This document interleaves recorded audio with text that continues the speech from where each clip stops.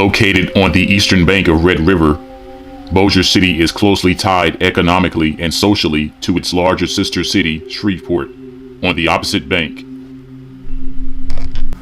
For 2 consecutive years, Bossier City ranked as money's best place to live in Louisiana. But just as any other city, it has a past of tragedies and scandals.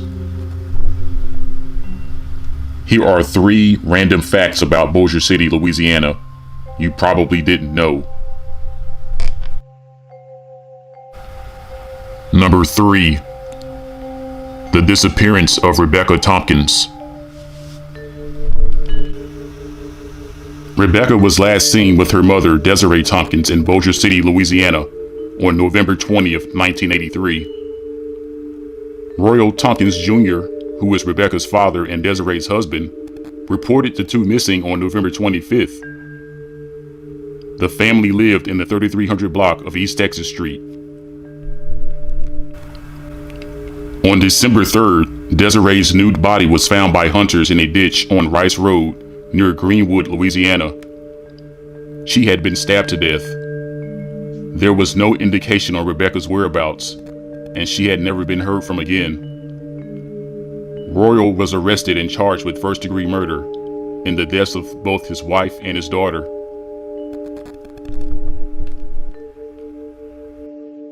According to his confession, Royal and Desiree were arguing on the evening of November 20th, and when Rebecca interrupted them with their crying, he flew into a rage and strangled the baby. When Desiree tried to defend her daughter by knocking Royal onto the ground next to his fishing equipment, he grabbed a fishing knife and stabbed her to death. He said he wrapped Rebecca's body in a blanket and put it in a garbage bag, then put the bag in a dumpster.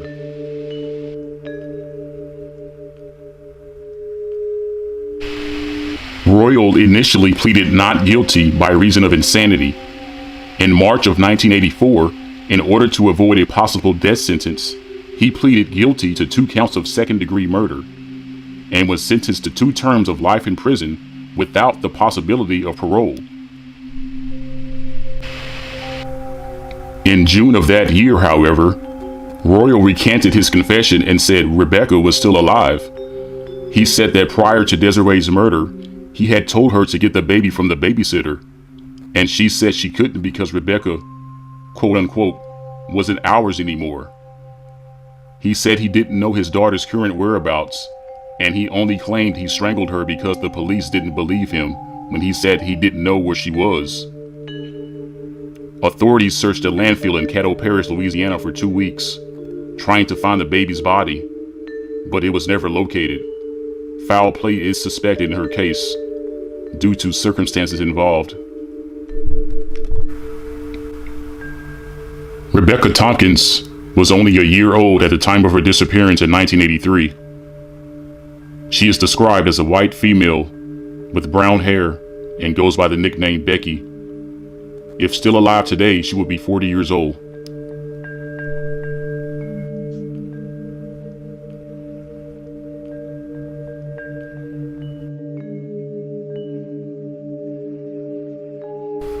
Number 2. Danny Rawling, the Gainesville Ripper. Daniel Harold Rawling, born May 26, 1954, known as the Gainesville Ripper, was an American serial killer who murdered 5 students in Gainesville, Florida, over 4 days in August 1990. He later confessed to raping several of his victims, committing a triple homicide in his home city of Shreveport, Louisiana, and attempting to murder his father in May 1990. In total, Rawling confessed to killing 8 people. He was sentenced to death for the 5 Gainesville murders in 1994. He was executed by lethal injection in 2006. Good evening. Shocking reports tonight coming out of Florida concerning the Gainesville college murders. Unconfirmed reports say police there are very close to charging a Shreveport man with those murders. Danny Rawling is being held in the Marion County Jail in Ocala, Florida on burglary charges. Police found out he's also wanted in Shreveport.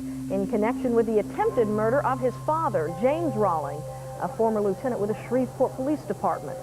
Danny allegedly shot his father in the head and stomach last May. Police here never caught up with him until now. All along, there's been talk of a link between the Gainesville murders and the Grissom family murders that happened here in November of 1989. An unnamed source told us tonight that if Rawling is indeed charged in the Gainesville killings, then he would certainly be a hot prospect in the Grissom slayings.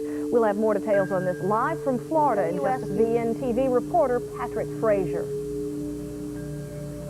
Sharon and Dennis, it was a case that stunned a nation and terrified a community, and tonight it may finally be coming to an end. Sources tell us 36-year-old Danny Rawling, jailed in Ocala for armed robbery, accused of trying to murder his own father in Shreveport, may indeed be the man who committed the 5 Gainesville murders. Tonight, Rawling sits in isolation in the Marion County Jail. He's been here since allegedly robbing this Winn-Dixie store in Ocala in September. According to witnesses, Rawling held a .38 revolver to the manager's head and demanded all the cash. Police say they nabbed him a few blocks away in a stolen car. But that's all they're saying.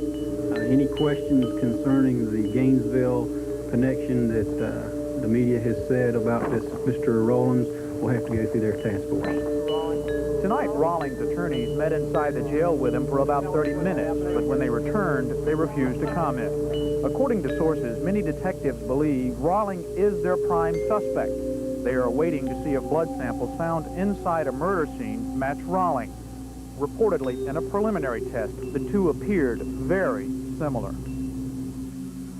And detectives say they will take their time. Rawling has pleaded guilty in Ocala to the armed robbery. He's being held under $25,000 bond. As one detective put it, we can afford to take our time. He's not going anywhere for a little while.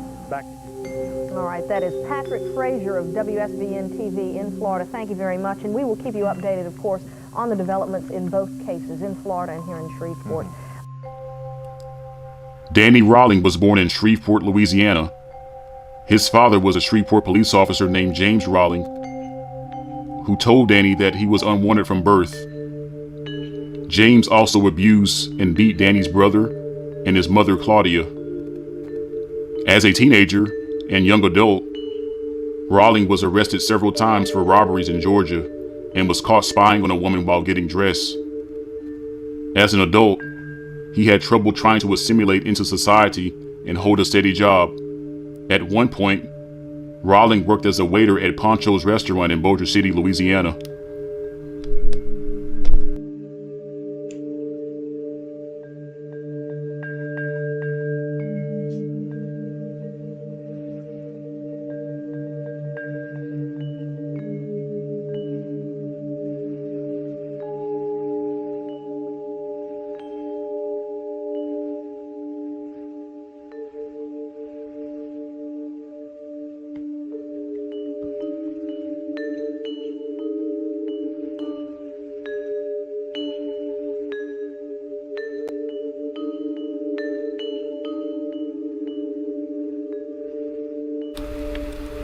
Number 1.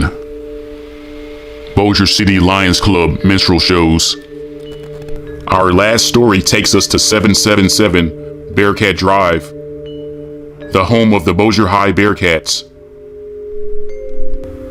The campus is also home to the Bossier City Lions Club. Lions Club International is the world's largest service club organization with more than 1.3 million members. The Bossier City chapter has a slogan of "We Serve." The Bossier City Lions Club are known to award a college scholarship to a student from each Bossier Parish High School, send special needs children to the Louisiana Lions Camp in Leesville, Louisiana without charge, fund free eye exams and glasses for children who cannot afford them, make eye surgery available through Louisiana Lions Eye Foundation, provide eye screenings for preschool children to assist with early diagnosis and correction of eye problems. Although the Lions Club is known for doing many good deeds for the community, there is one annual event that was discontinued many years ago that the Lions Club would probably prefer the public to not remember. Minstrel shows, also known as blackface shows, were very popular forms of entertainment at its time.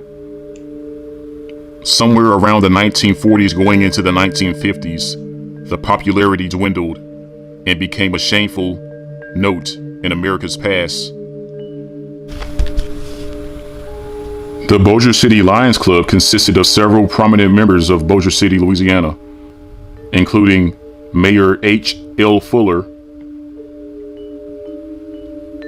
L. Paul Dyson, Alderman, J. D. Fenton Jr., Alderman, and C. R. Festervin, City Marshal. But the most prominent and well-known member of the Bossier City Lions would probably be Arthur Ray Teague. The name Teague rings a bell with many residents of Bossier Parish today because that's the name of a major memorial highway that runs along the east bank of Red River, parallel to Clyde Fant Parkway, which is on the Shreveport side. That highway was named in remembrance of Clyde Fant, Shreveport's former mayor.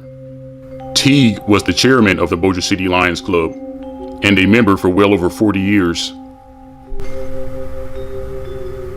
This is an original program from 1948, printed by the Bossier City Lions Club, the 8th annual minstrel show, held at Bossier High School Auditorium. The 8th annual minstrel show was held in 1948, meaning that the first show was held in 1941. Bossier High School was officially recognized as an accredited educational institution by the Louisiana Department of Education in 1917. The first school was located on Traffic Street in North Bossier, the present site of Bossier Elementary School. In 1923, a new school was built to serve the city's rapidly expanding population, and this was expanded in 1928, but still was inadequate. In 1938, a new location was chosen on the historic site of Fort Kirby Smith. Construction of Bossier High School was completed in 1940 and is the present site. The theme of this particular minstrel show was titled Country Style, Old McDonald's Farm Scene. A list of the cast members are listed below. The most recognized name on this list would probably be Elsa Jane Teague. Elsa Jane Teague was the daughter of Arthur Ray Teague. Elsa Jane Teague was born in 1932, meaning that she would have been 16 years old at the time of this minstrel show, and probably a sophomore or junior at Bossier High.